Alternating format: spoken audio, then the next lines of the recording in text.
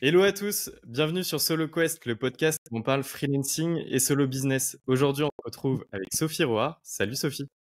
Salut Axel, tu vas bien? Ça va et toi? Ça va très bien. Alors Sophie, tu as fait 10 milliards de trucs. Est-ce que tu pourrais te présenter, nous dire un peu qui est Sophie Roard? Oui. Alors, bon, je m'appelle Sophie, j'ai 38 ans, je vais avoir 39 ans très bientôt. Ça fait 9 ans que je suis à mon compte et je suis actuellement Online Business Manager ou OBM. Ok, et c'est quoi tes problématiques du moment en tant que solopreneur? Alors aujourd'hui, je suis en pleine croissance, c'est-à-dire que j'ai pris un virage récemment donc dans ce métier de Online Business Manager. Je suppose qu'on détaillera après ce que c'est comme travail. J'ai beaucoup de demandes et donc forcément le fait d'avoir beaucoup de demandes fait que faut que je gère ma propre croissance. En fait, ce que j'aimerais bien qu'on voit aujourd'hui, c'est comment tester, apprendre et explorer. En gros, c'est un sujet ultra important pour tout solopreneur, pour justement aussi trouver son marché intéressant, trouver ce qu'on aime faire. Et pourquoi voir ça avec toi? C'est que en préparant l'épisode, je me suis rendu compte que tu as fait beaucoup, beaucoup de choses différentes depuis ton lancement en tant qu'indépendante, depuis 10 ans quasiment. Et je pense que ça peut être très pertinent de reprendre un peu ton parcours, justement pour voir tout ce que tu as fait jusqu'à aujourd'hui et voir ça sous ce prisme de l'exploration, de l'échec aussi, de l'apprentissage. Donc toi, tu as commencé en tant que graphiste et aujourd'hui, tu es online business manager. Est-ce que tu pourrais nous redonner un peu grossièrement les différents positionnements que tu as pu avoir depuis 10 ans? Ouais.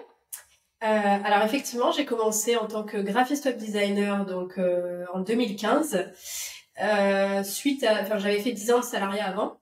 Pendant le salariat, j'ai été graphiste web designer et un petit peu assistante directrice artistique, donc un petit peu plus haut, on va dire. J'avais un peu plus de responsabilité, chef de projet, on peut le dire comme ça, dans la com. Et j'ai commencé, quand je me suis mise à mon compte, juste graphiste web designer pour tester. Très vite, en fait, forcément, au bout d'un an ou deux, tu prends des projets un peu plus gros. Donc, j'étais plutôt consultante en communication.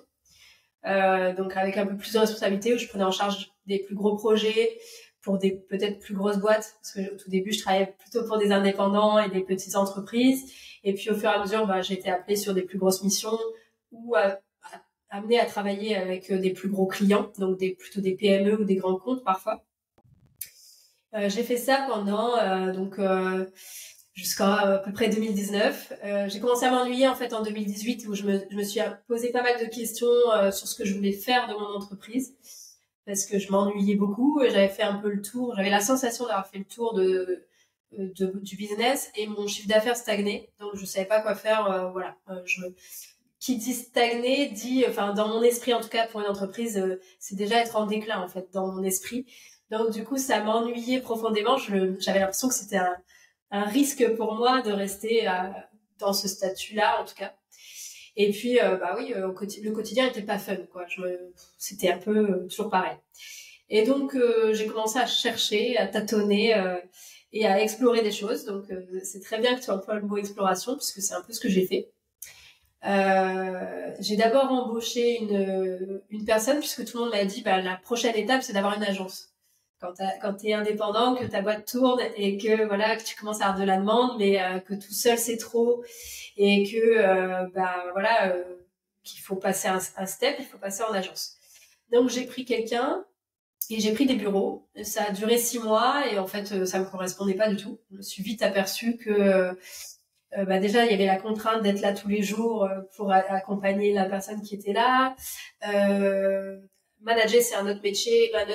Et à l'époque, en plus, j'avais pas assez confiance en moi, en tout cas, pour être efficace. En tout cas, aujourd'hui, je le perçois comme ça. Et puis, le fait d'avoir des bureaux, pour moi, c'était une contrainte aussi, parce qu'il fallait que je me déplace, que je rentabilise le fait d'avoir des bureaux. Et j'adorais travailler de chez moi. Donc, j'adore toujours d'ailleurs. Donc c'était une vraie contrainte pour moi et je l'ai mal vécu. Donc j'ai très vite arrêté. Au bout de 6 mois, j'ai arrêté le contrat avec l'apprenti et puis j'ai fermé les bureaux. Enfin, j'ai arrêté le bail. Le Covid est arrivé. Je te fais la version très rapide. Si tu as des questions, tu me coupes, hein, n'hésite pas. Le Covid est arrivé donc un mois après. Donc ça a été très, je me dis finalement j'en suis bien sortie parce que j'aurais pu avoir et des bureaux et une salariée pendant le Covid et en fait un mois avant j'avais tout arrêté. Et puis là je me suis posé un tas de questions sur ce que je voulais faire. J'ai lancé une deuxième boîte sur un coup de tête qui était un site e-commerce où je vendais mes propres créations. Donc, c'était des affiches, des créations graphiques de villes, tu vois, que je réalisais sur Illustrator. Et voilà, j'ai fait ça pendant 3 ans à peu près avec mon conjoint, on était associés. Et ça, c'était en parallèle de la Chouette Créative où je gardais mon activité de graphiste web designer classique. Mais j'avais la casquette aussi de e-commerçante pour mes propres créations. La première année, ça a très bien tourné, sauf que, encore une fois, ça m'a pas plu. En fait, j'avais pas projeté le business B2C déjà. Je savais pas ce que c'était du tout. Et je savais pas ce que c'était que de l'e-commerce, et surtout les contraintes que demandait l'e-commerce.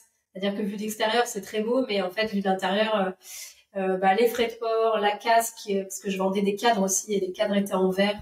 Donc la casse du transport, le fait que les colis n'arrivent jamais, les gens qui demandent à venir chez toi pour prendre leur livraison parce que c'est plus simple et ça fait des économies plutôt que de payer des frais de port. Enfin tout ça je l'avais pas projeté en fait et les demandes des clients non plus. C'est-à-dire que je pensais pouvoir être libre de mes créations et en fait les clients te demandent toujours des créations spécifiques qui finalement te correspondent pas forcément. Donc je m'amusais pas non plus dans ce que je faisais. Donc l'année 1, on a laissé tourner, l'année 2, on l'a laissé couler, j'aime bien dire comme ça, et l'année 3, on l'a arrêté. C'est un petit peu comme ça que ça s'est passé, sans regret d'ailleurs. C'était une bonne expérience, mais qui me correspondait pas. Et en plus, pour la faire tourner, cette boîte, il aurait fallu... ça demandait vraiment des gros budgets, en fait. Si on voulait vraiment la faire tourner, on aurait pu la structurer et la pousser, mais il fallait des fonds, en fait. Et bon, je pense que le projet valait pas la peine d'aller jusque-là. Donc du coup, je suis retournée à la case départ.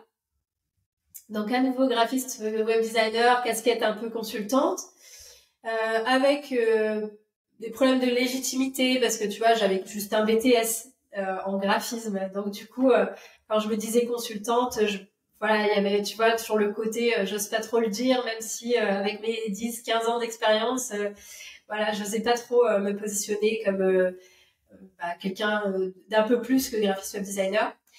Du coup, j'ai repris des études en parallèle de mon travail. Donc de 2021-2022, je crois, si je me dis 2020-2021, enfin je sais plus exactement les dates. Pourquoi Faudrait que je regarde sur le repris des études?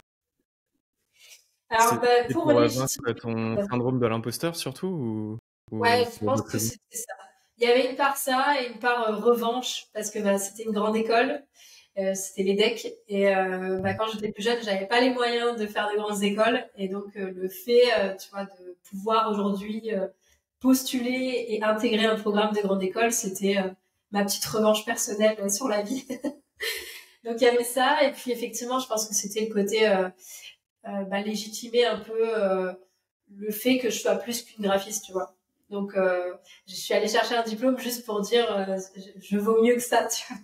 Et si tu devais le refaire aujourd'hui, tu le referais? Enfin, c'est vraiment utile ce diplôme ou tu pourrais t'en passer, mais niveau confiance en toi, c'est surtout sur ça que ça t'a apporté.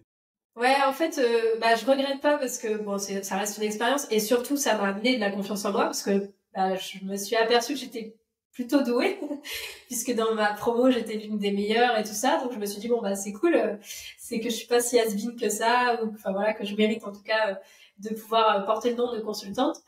Donc il y a ce côté-là où tu te dis bon ça confirme quand même mes connaissances. Maintenant, est-ce que ça valait le coup parce que c'est un diplôme payant, est-ce que ça valait le coup de le payer le diplôme? Est-ce que ça valait le coup, ça m'a pas apporté plus d'opportunités que ça, en dehors de confirmer moi dans mon intérieur que j'étais capable. Donc effectivement, pour le mindset c'est bien. Maintenant, je le recommande pas forcément pour trouver des clients, quoi. C'est pas ça qui sera game changer pour le business. Et du coup, après, t'as fait ce diplôme et après ça, il s'est passé quoi? Après ça, en fait, je m'attendais à ce que ce diplôme m'apporte des opportunités. Donc on arrive, donc c'était 2022 en fait, au moment où j'ai terminé les études. Et je me retrouve comme avant. Et là, enfin, c'était un peu, j'étais en gros doute en fait sur ce que je voulais faire. Et depuis 2020, enfin, je regardais en fait les créateurs de contenu sur LinkedIn.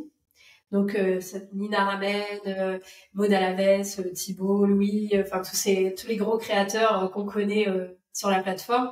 Je les observais un peu en silence et en me disant mais comment ils font et pour exploser les scores et ils parlaient régulièrement de leur chiffre d'affaires dans leur post et tout, et je me disais ils ont quand même des sacrés résultats, tu vois, donc j'étais un peu curieuse et j'avais un petit peu envie d'aller voir ce qui se passait derrière ça. Donc en novembre 2022, j'ai décidé de me lancer sur LinkedIn sans savoir ce que ça allait m'apporter. C'était vraiment pour le coup exploration pure. Donc voilà, et ça a commencé, donc l'aventure LinkedIn a commencé comme ça avec une formation avec Valentine Soda, donc les gants de boxe pour ceux qui savent pas, qui m'a appris donc le copywriting pendant 4 semaines. C'était un bootcamp. Ça a bien marché. Moi, j'ai appris pas mal de choses. C'était un bon point de départ. Et puis après, j'ai fait le bootcamp de Thibaut. En fait, quand le bootcamp de Valentine s'est arrêté, je me suis dit je vais lâcher. Je vais jamais réussir à continuer à produire sur LinkedIn. Ça demande trop d'efforts. J'étais toute seule en plus. Il y avait pas de communauté où tu vois, je connaissais personne. Donc je me sentais vraiment seule sur la plateforme et je me sentais pas en confiance de continuer toute seule. Et puis Thibaut a lancé son bootcamp et donc j'ai pris le bootcamp de Thibaut en partie pour ça. Et puis parce que j'aimais bien le personnage, je le trouvais un peu, il était clivant, il était dérangeant. Je me disais il va peut-être me secouer un peu. Et donc je suis allée, j'ai fait son bootcamp en février, je crois, 2023, du coup. Et puis là, c'était le départ de je teste. Je teste et on verra bien. Et donc là, j'ai testé plein de choses en business. J'ai testé du coaching, du coup, du coaching pour entrepreneurs, en me disant que avec les 9 ans, enfin ça faisait 8 ans de business que j'avais, je pouvais au moins aider ceux qui démarrent en tant qu'indépendants à faire à faire au moins les mêmes choses que moi, ce que j'avais pu faire jusqu'ici. Donc c'était du conseil, du coaching, etc. J'ai essayé de mettre en place un bootcamp qui a pas marché du tout. J'ai essayé 2 fois, ça a jamais marché, mais je pense que intérieurement ça m'allait bien que ça marche pas. Pourquoi? Je pense que je me sentais pas. En fait, je le faisais parce que c'était à la mode le bootcamp et que on m'avait dit oui c'est plus rentable que du coaching one-one. Mais la vérité c'est que gérer des groupes, en fait j'avais pas du tout envie de faire ça. Quoi. C'était pas dans mes ambitions et dans mes envies en fait. Donc du coup je pense qu'intérieurement j'y allais mais à reculons et ça devait se sortir. Donc j'ai fait ça et puis ensuite j'ai petit à petit découvert parce que j'accompagnais Thibaut en off sur les packs du web et sur ses propres accompagnements et c'est là que j'ai découvert un petit peu le métier que je fais aujourd'hui, mais je savais pas que ça s'appelait comme ça. Donc avec Thibaut je faisais beaucoup chef de projet, tu vois, chef de projet sur les punks du web, chef de projet sur le bootcamp, et puis sur le manuel LinkedIn, là où je l'ai aidé à structurer son manuel. Là, on n'avait pas de nom, enfin, tu vois, c'était accompagnement e-learning, enfin, il n'y avait pas vraiment de nom à tout ce que je faisais. Et du coup, je savais que je faisais un autre métier, mais je savais pas quoi. Donc, c'était plutôt chef de projet digital, tu vois, je le nommais comme ça. Et puis, c'est en cherchant un petit peu et en creusant que je suis tombée sur le mot OBM. Thibaut et Madalena en ont parlé aussi dans plusieurs posts. Et du coup, ça a fait tilt en me disant, il y a quand même pas mal de compétences qui recoupent les miennes. Et du coup, je me suis un petit peu renseignée. Et là, j'ai découvert que, oui, c'était ce métier-là que je faisais déjà. Et j'ai pris une formation pour le structurer, pour avoir vraiment une méthode que je peux appliquer chez tous les clients, parce que je faisais ça avec Thibaut en off, mais je l'avais pas vendu, je l'avais pas proposé à personne, et je savais pas si ça allait pouvoir correspondre à d'autres demandes, tu vois, c'était assez large, j'avais pas vraiment de méthodo au départ, et du coup, je savais pas si j'allais pouvoir le vendre à quelqu'un d'autre, quoi. Mais comment tu as fait ce switch? Parce que tu as en gros coaché pas mal d'entrepreneurs. Ouais. Mais quand tu es dans une position de coach, c'est un peu différent d'OBM, puisque OBM, c'est vraiment faire avec la personne. Enfin, tu as un partenaire limite pour l'entrepreneur en face. Enfin, comment tu as fait ce switch entre les deux? C'était pas vraiment. Enfin, en fait, j'ai pas. Alors, j'ai beaucoup interrogé, forcément en coachant les indépendants et autres, j'ai beaucoup interrogé leurs besoins. Et c'est vrai que je me suis aperçue que euh, en fait, tous savaient où aller, tous avaient déjà une direction, tous avaient un plan d'action, si tu veux. Mais leur difficulté, c'était de le mettre en place, parce que souvent ils s'éparpillaient, ils partaient dans tous les sens, même si où ils doutaient. Donc gros doute, du coup pas de mise en action, parce que Mhm. je suis tout seul, si ça marche pas, qu'est-ce que je fais? Donc il y avait un peu une paralysie et tout ça. Et syndrome de l'imposteur. Enfin, c'était toujours un petit peu les mêmes difficultés qui revenaient. Et je me suis rendu compte qu'en fait, en les prenant par la main, t'arrivais au bout. Et en fait, ça faisait partie aussi des choses que Thibaut me disait, c'est que je le lâchais pas tant qu'il allait pas au bout de ce qu'il m'avait dit de faire. Tu vois, s'il me disait, je vais lancer mon bootcamp. Ok, on lance quand? Qu'est-ce qu'on fait? Qu'est-ce qu'on doit mettre en place? Et tous les jours, pratiquement, je l'embêtais pour que il aille au bout de ses actions. Et ça, en fait, je me suis aperçue que c'était un besoin chez beaucoup d'entrepreneurs. Qu'il y a beaucoup d'entrepreneurs qui avaient tendance à soit se freiner, soit s'éparpiller, soit douter, tu vois. Et du coup, il y avait un besoin là-dessus. Donc le coaching a été utile là-dessus. Et là où moi, en fait, ça me posait problème le coaching, c'est que j'allais pas au bout. C'est-à-dire que moi, j'aime bien mettre les mains dans le cambouis, j'aime bien analyser, j'aime bien, tu vois, prendre un peu le contrôle sur certaines choses, typiquement de l'organisation. L'entrepreneur qui a pas le temps de le faire, je vais le faire pour toi.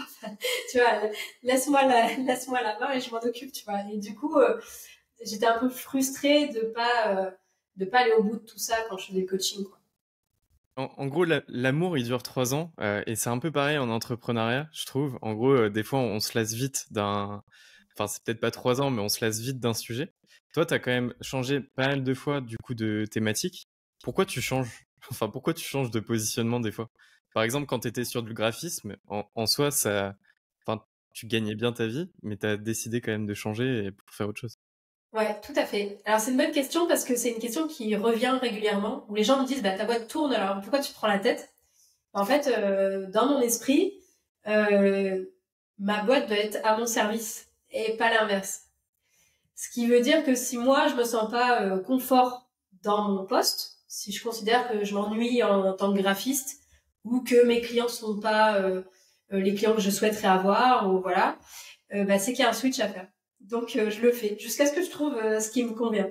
Et bon, a priori pour l'instant je l'ai trouvé. Pour le moment, pour le moment. Ouais, pour le moment, ça évoluera certainement. Mais comment tu changes justement de positionnement? Enfin, comment tu trouves le nouveau sujet sur lequel tu veux te positionner? Est-ce que c'est parce que tu sens des signaux faibles de ton audience, de tes clients? Ou comment tu trouves cette nouvelle direction?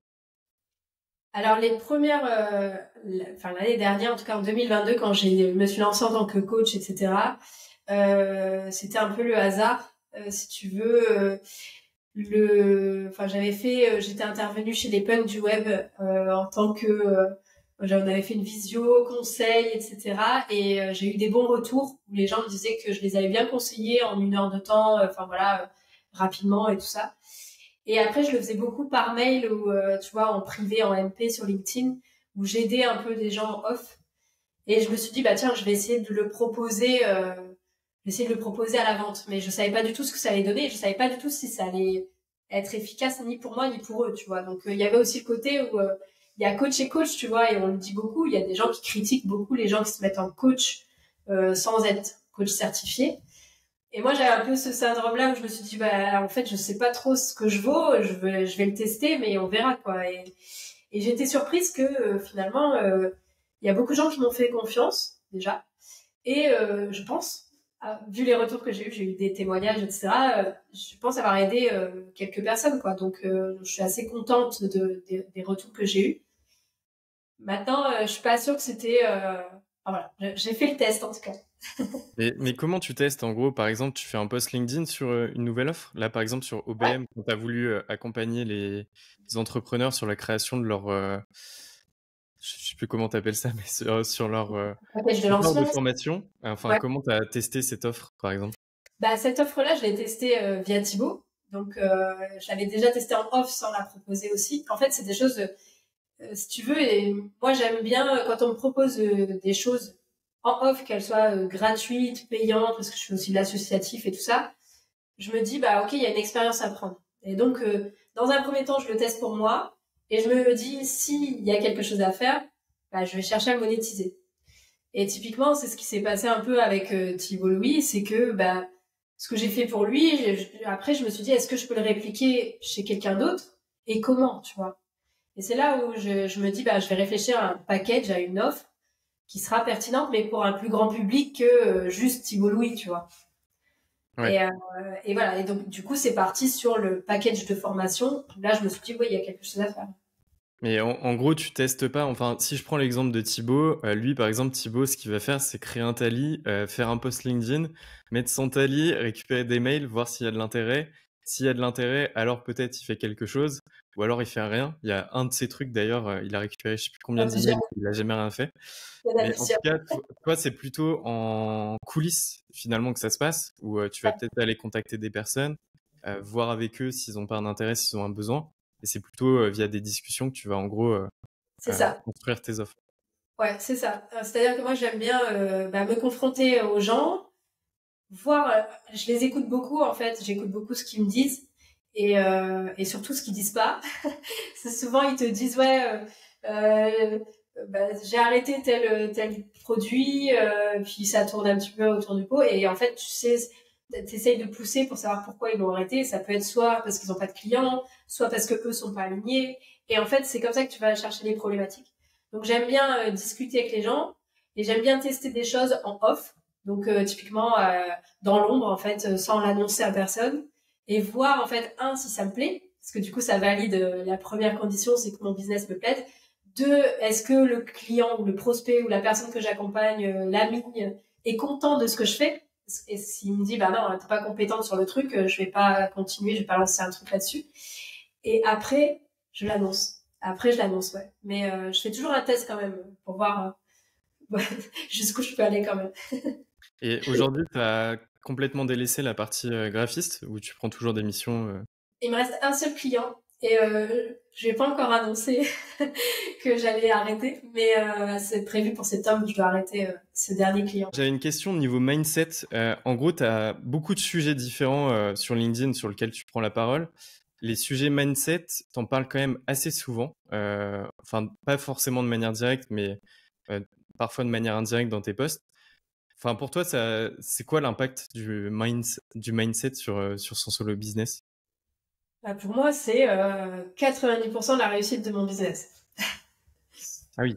Si tu veux, ah ouais, c'est énorme pour moi. Alors, je suis une ancienne grande timide, donc ça, c'est quand j'étais plutôt ado. Bien avant que je crée une boîte, j'étais vraiment très très très timide. À part rentrer dans une boulangerie parce que j'avais super peur des petits endroits où on pose des questions et tout ça. C'était impossible pour moi de parler en public. Enfin voilà, j'étais très complexée par plein de choses. J'ai pas mal évolué évidemment avec l'expérience, le travail. Enfin voilà. Et quand j'ai créé ma boîte, j'ai pas eu le choix en fait. J'ai été obligée de me confronter à la vraie vie, on va dire. Donc à aller faire du réseau, à aller voilà, à tester des choses, à me mettre en action tout simplement pour pouvoir avoir des clients. Et ça a été déjà un premier step, sauf que bah je dirais jusqu'à ce que j'ai mon petit diplôme là, j'étais vraiment encore dans mon esprit, tu vois, je me voyais encore comme la petite fille, j'avais un gros complexe d'infériorité, tu vois, de se dire je viens d'un milieu modeste, je fais 1m50, ça c'est une réalité. Et du coup, dans mon esprit, tu vois, je vaux toujours moins que quelqu'un d'autre. Enfin, pendant très longtemps, en fait, j'avais consciemment ou non, maintenant j'ai mis des mots dessus, mais j'avais vraiment cette impression d'être en dessous de ce que valaient la plupart des autres personnes. Et du coup, bah, forcément, ça te freine dans tout, en fait, et surtout dans ton business. Et j'ai dû faire un gros travail sur moi. Ça a demandé quelques années, hein, puisque je te parle de ça. Le diplôme a joué son rôle. Je me suis fait accompagner par des coachs. J'ai vu des psys. Thibault Louis m'a botté les fesses plein de fois. Enfin, tu vois, j'ai eu vraiment tout un cheminement comme ça qui a fait que j'ai pris confiance en moi aujourd'hui, que j'ai plus confiance en moi aujourd'hui. Mais ça reste un travail à faire. En fait, c'est un travail quotidien, tu vois, de garder la confiance parce que la confiance est fluctueuse selon les périodes. Et donc, forcément, c'est un travail sur soi. Mais c'est sûr que si tu as confiance en toi et si tu bosses ton mindset vraiment de façon, voilà, j'aime bien le comparer avec des athlètes de haut niveau ou ce genre de choses, mais si tu le bosses correctement, tu vas beaucoup plus loin et tu es beaucoup plus efficace dans ton business que si tu fais rien. Moi, j'ai fait les deux et j'ai vu la différence. Mais c'était quoi les plus gros problèmes que tu avais et aussi comment tu as réussi à les corriger? C'est le temps et l'expérience qui ont fait que tu as réussi à les corriger? Non, c'est pas que ça. Alors, l'expérience joue quand même. Forcément, l'âge et l'expérience, ça joue. Mais c'est vraiment un travail sur soi. Tu vois, typiquement, moi, j'avais un complexe d'infériorité, syndrome de l'imposteur. C'est les deux gros... et syndrome de la bonne élève, mais ça, je l'ai toujours un petit peu. Donc, je vais pas trop faire la maline là-dessus. Mais C'est quoi le syndrome de la bonne élève? syndrome de la bonne élève, bah, c'est d'être... t'as été habitué à être félicité à l'école parce Ah. que t'as pas fait de vagues et parce que t'as travaillé correctement, scolairement en fait, selon ce qu'on t'a demandé. Et du coup, bah, en entreprise et en business, tu vas avoir tendance à pas faire de vagues, à être toujours très sage et à travailler de façon très scolaire, en espérant avoir des résultats et des félicitations. Et en fait, t'as pas forcément les félicitations et t'as pas forcément plus de résultats que quelqu'un qui va travailler 2 heures par jour, ou, tu vois. Et du coup, ça, c'est un travail à faire aussi sur soi. Ça, c'est ma prochaine étape. Mais le syndrome de l'imposteur je vais dire mon petit complexe d'infériorité, alors, c'est débile, hein, mais tu vois, les phrases affirmatives ou les choses comme ça, c'est des choses par lesquelles je suis passée, tu vois, de dire que, je suis capable, que je ne vaux pas moins que quelqu'un d'autre, tu vois, et des mises en action. Donc là, je me suis fait accompagner par un coach, Thomas Gibaud, j'en ai parlé dans un post, où on a vraiment travaillé sur des actions. En fait, on revoyait des points dans mes journées où je me sentais en difficulté et on mettait en place des actions pour corriger ça, tu vois. Donc, ça a été vraiment du concret, là, pour le coup, un accompagnement au quotidien, pratiquement, pour corriger, en fait, ma posture et pour moi m'apercevoir que tout venait de moi, en fait. Tout le mindset était mauvais à ce niveau-là. Et par rapport à tout ce que tu racontes, enfin, moi, je me pose la question, pourquoi tu t'es lancé, du coup, sur LinkedIn? Parce qu'en vrai, il faut quand même avoir une sorte de prétention, enfin, quand tu t'écris des posts ou ce genre de choses. Enfin, je trouve LinkedIn, comme tu t'exposes aussi, enfin, c'est pas forcément si simple si t'as pas forcément une grande confiance en toi de d'écrire certains posts. C'est vrai. C'est vrai, mais alors, tu vois, il y a un truc qui est bizarre, c'est que j'ai toujours eu des choses à dire, mais forcément, je les disais pas. Et le fait, en fait, je trouve que LinkedIn était assez facile par rapport aux autres réseaux parce que, en théorie, puisque en fait, je me suis vite aperçue que c'était faux, mais en théorie, c'est que du texte. Donc du coup, je m'étais dit, en termes d'exposition, ça va, c'est facile, c'est plus facile qu'Instagram ou tu vois, ou TikTok ou des réseaux vidéo ou autres. Donc du coup, je m'étais dit, ça sera plus facile. Effectivement, je me suis aperçue que il fallait publier des photos, aller beaucoup plus loin que simplement du texte. Mais la première étape, c'était ça. Donc j'avais des choses à dire.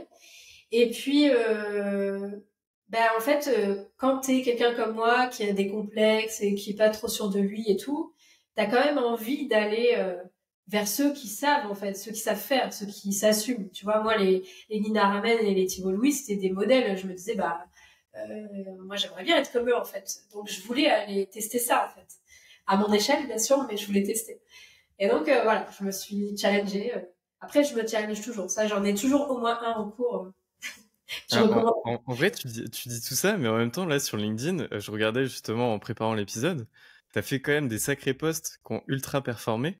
En vrai, sur LinkedIn, t'as eu une belle croissance là. Enfin, je sais pas, en tout cas, ces derniers mois, depuis décembre, depuis qu'on se connaît et depuis que je suis ton compte, t'as eu quand même une bonne croissance sur LinkedIn. Ouais. Oui, oui, bah, c'est aussi ce qui m'a donné, parce qu'en fait, quand tu crées du contenu, tu prends aussi peu à peu confiance en toi. Et parce que, enfin, surtout comme moi, en fait, dès que ça commence à prendre, tu t'aperçois qu'en fait, bah, ce que tu avais à dire, c'est pas si bête que ça, que il y a des gens qui se retrouvent dans ton discours, donc c'est qu'il y a des problèmes de société, qu'il y a des choses qu'il faut évoquer, en fait, des débats à ouvrir, des discussions à avoir, des points de vue peut-être à, à montrer, enfin, voilà, à exposer. Et du coup, ça t'aide aussi à prendre confiance en toi. Ça fait partie du cheminement de se dire, bah tiens, je suis pas si bête que ça en fait finalement, tu vois. Et donc, Et ouais, je pense que ça aide énormément aussi de créer euh, du contenu. LinkedIn, c'est ton canal d'acquisition principal aujourd'hui sur ton business? Oui, mon obsession de la rentrée, c'est de sortir un peu de LinkedIn. Et d'aller où? Alors, j'ai déjà commencé, hein. En fait, bon, j'ai une stratégie SEO, j'ai pris des experts, des référenceurs. J'ai une newsletter, bon, je l'ai mise en pause parce que je suis débordée, mais j'ai une newsletter avec 1500 abonnés, je crois. J'ai un podcast qui doit sortir, gros Hmm. challenge. Et voilà, donc j'essaye d'ouvrir un peu les différents canaux. Mais effectivement, j'ai pas pour objectif de rester sur LinkedIn absolument. En soi, t'as pas forcément besoin aussi beaucoup de clients, j'imagine. Enfin, je sais pas c'est quoi le business model d'OBM. Bah, d'ailleurs, tu peux peut-être le partager. Enfin, ça marche Ouais. comment avec tes clients quand tu prends une prestation avec eux? Alors normalement, c'est des prestations donc long terme, donc qui se terminent pas. Enfin, il n'y a pas de deadline en fait normalement. Et, euh, l'idée, c'est de les accompagner mensuellement à structurer leur entreprise et à gérer toute la partie opérationnelle. Donc, ça peut être gestion de l'humain s'il y a des collaborateurs, ça peut être gestion des projets, ça va être une prise en charge en fait de toute la partie opérationnelle et une structuration. Donc, on va créer des process, on va automatiser ce qu'on peut automatiser, et je vais décharger en fait le dirigeant de toute la partie opérationnelle de son entreprise pour qu'ils puissent se concentrer plutôt sur la partie stratégique. Et je suis aussi un soutien bras droit. Enfin, j'aime bien faire ça aussi euh, pour mes clients, c'est d'être là aussi quand ils ont besoin, quand ils veulent parler, quand ils ont des doutes, pour pouvoir créer des stratégies ensemble, quoi. Donc voilà. Et donc oui, pour te répondre, je peux pas prendre des clients à l'infini, c'est pas possible. Donc il y a une problématique à ce niveau-là. Mais maintenant que je sais ce que c'est que d'avoir une audience, d'être suivi, et j'ai pu tester, moi j'ai testé quand même 4 business models en moins d'un an, et ma communauté a suivi. C'est-à-dire que j'ai eu à chaque fois des gens qui m'ont soutenu, j'ai eu des achats, j'ai des gens qui sont là à chaque fois, tu vois. Et quand tu t'aperçois de ça, tu te dis, bah, je veux pas arrêter de créer de contenu, en fait. C'est pas, donc même si j'ai des clients, ça reste un actif que je veux garder. Donc, du coup, j'ai plutôt tendance à vouloir le diversifier qu'à vouloir le ralentir. Mais en fait, tu as changé de business model, mais enfin, c'est quoi ta stratégie de contenu aussi? Parce qu'en gros, tu fais quand même des contenus assez généralistes, on va dire, qu'on fait entre guillemets, mais orientés business, mais du coup, qui ne parlent pas toujours de tes offres. Donc ça, ces posts-là, dans tous les cas, ça, entre guillemets, ça fonctionne. Et après, par contre, c'est peut-être sur tes posts expertise, tes posts sur tes offres, où tu étais contente que les gens te suivent quand même. Ouais, en fait, alors pour être totalement transparente, je n'ai pas de stratégie de contenu. Donc, je vais y travailler, hein. D'ailleurs, je vais prendre quelqu'un pour m'accompagner là-dessus. C'est déjà, enfin, c'est en cours. Il y a un contrat qui vient d'être signé. Mais jusqu'ici, j'ai pas du tout structuré ma création de contenu. Je sais juste les sujets que je vais aborder. C'est-à-dire, j'ai mes piliers, l'entrepreneuriat, enfin le soloprenariat plutôt, l'indépendance, mon building public, si je peux le dire comme ça, tu vois, mes retours d'expérience et ce que je vis. Et le fait d'être femme et indépendante, ça joue aussi. Enfin, ça fait partie des contenus, des piliers aussi, parce que voilà, on le sait, hein, les problématiques des femmes sont pas forcément les mêmes que les hommes, en tout cas en business. Et puis globalement, c'est ça. Et après, j'aime bien faire aussi un peu de post sur le leadership de manière générale. Euh, mais j'ai pas de stratégie en disant le lundi je poste ça, le mardi je poste ça. Enfin voilà, j'ai pas du tout structuré ça. Et j'ai pas non plus. En fait, j'ai les clients viennent sans que j'ai de stratégie, tu vois. Donc, j'ai pas besoin de dire, il me faut 4 postes pour closer telle offre, tu vois. Je me dis, si j'en parle, les gens vont savoir ce que je fais et ça va s'ancrer, en fait, dans leur mémoire et quand ils auront un besoin, ils m'appelleront. Et c'est ce qui se passe. Donc, je me dis, a priori, je fais pas trop de faux pas. T'essayes d'être viral dans tes posts ou pas? Enfin, je crois que tu en parlais justement de ce principe du biais d'exposition. Enfin, là, tu viens Ouais, de le renseigner, c'est qu'en gros, plus t'es visible, plus en fait, t'as pas forcément besoin d'aller chercher tes clients. En fait, c'est eux qui vont venir à toi parce qu'en fait, t'es tellement visible que bah, c'est une évidence de peut-être travailler avec toi. Est-ce que tu ouais. cherches vraiment cette viralité peut-être sur LinkedIn? Alors, je cherche pas la viralité parce que c'est Mais compliqué à gérer. Non, c'est compliqué à gérer la viralité. J'ai fait quelques posts qui ont décollé et mentalement, c'est quand même c'est dur. Enfin, surtout quand tu te fais attaquer, ça peut être dur à gérer. Donc, je cherche pas à tout prix la viralité. Par contre, je sais maintenant, j'ai réussi à identifier quand même des posts où je sais qu'ils vont partir. Et donc, quand je sais que j'ai un post qui est potentiellement, voilà, qui peut décoller, soit je décide de quand je vais le publier, parce que je sais qu'il faut que je sois là pour répondre aux commentaires et mentalement disponible aussi, parce que bah il faut être prêt à se prendre une vague éventuellement de critiques ou autre. Ou soit je le publie pas. Mais disons que si je dois publier un post viral, je vais le calculer. Après, il y a des fois, enfin, il y a un post sur Netflix sur les congés limités là, qui est parti, qui a fait 14 000 likes, je crois. Celui-là, je m'attendais pas du tout à ce qu'il parte. Je m'étais dit, je savais qu'il marcherait, mais genre 300 likes. Mais je m'étais jamais dit qu'il allait faire 14 000. Ça, c'était. Donc il y a des fois, tu peux pas le calculer. et du coup, aujourd'hui, tu as ce biais d'exposition qui fait que les clients, globalement, viennent à toi, si je résume. Mais avant, quand tu n'étais pas sur LinkedIn, tu faisais comment pour trouver tes clients?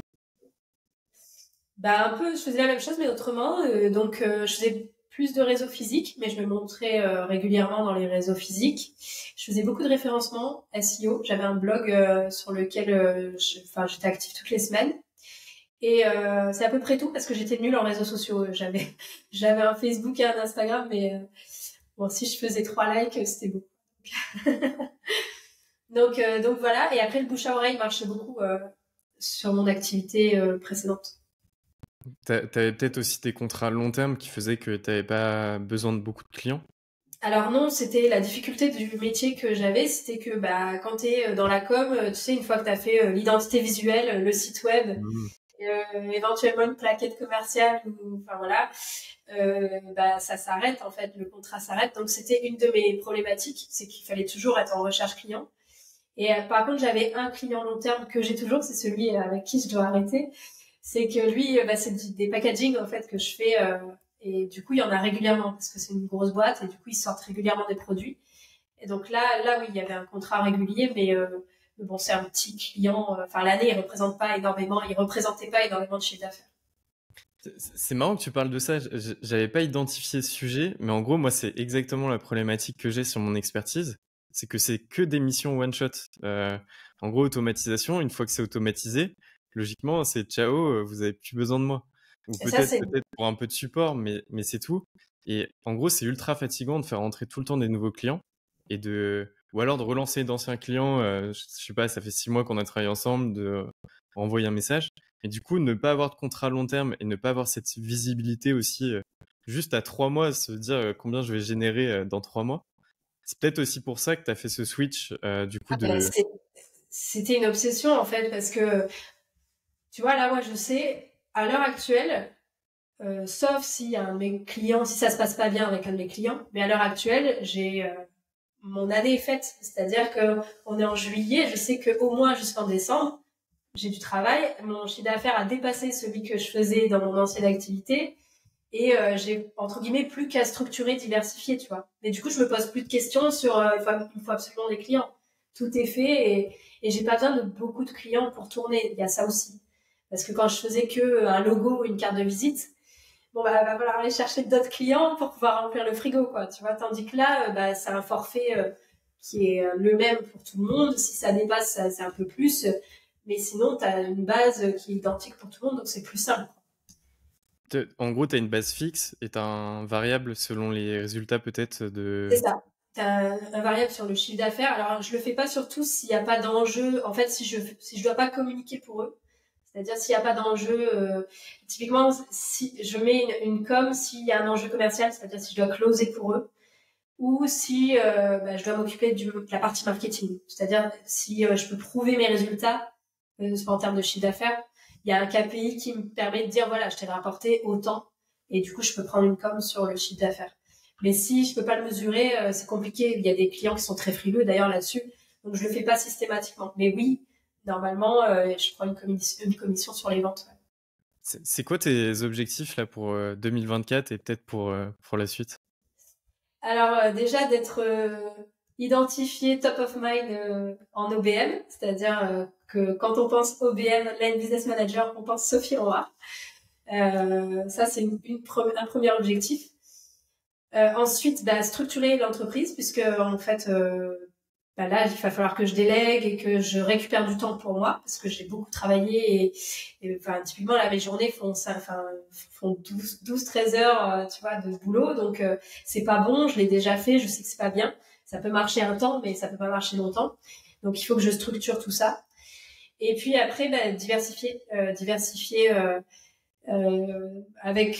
j'envisage peut-être de faire des conférences, j'envisage, tu vois, de faire d'autres choses qui me prendront certainement moins de temps que le métier dans l'opérationnel, mais qui seront complémentaires et sur lesquels je vais m'amuser.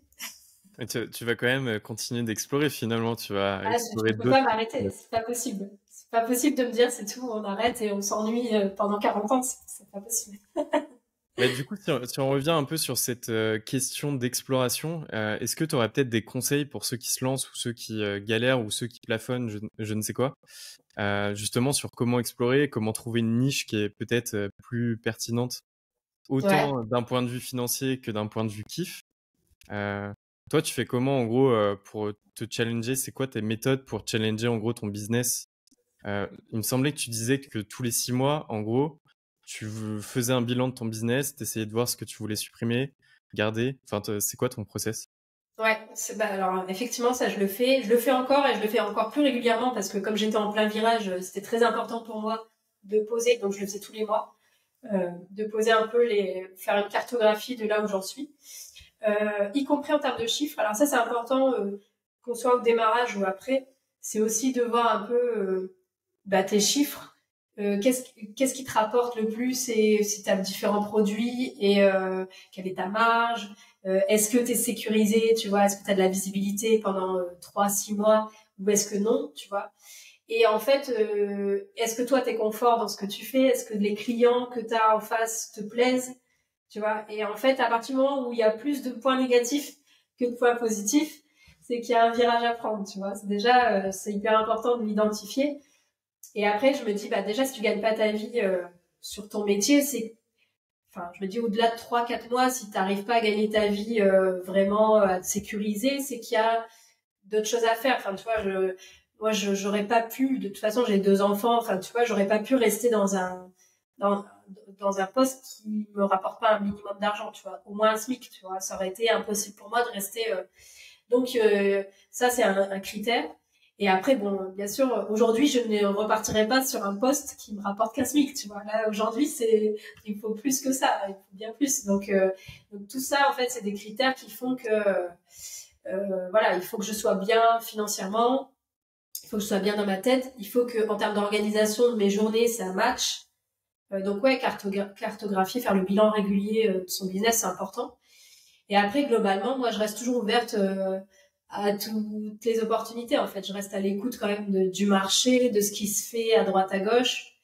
Je suis toujours à l'affût de me dire, tiens, est-ce que ça pourrait pas être le truc de demain? Enfin, tu vois, je trouve ça important en fait de rester à la page.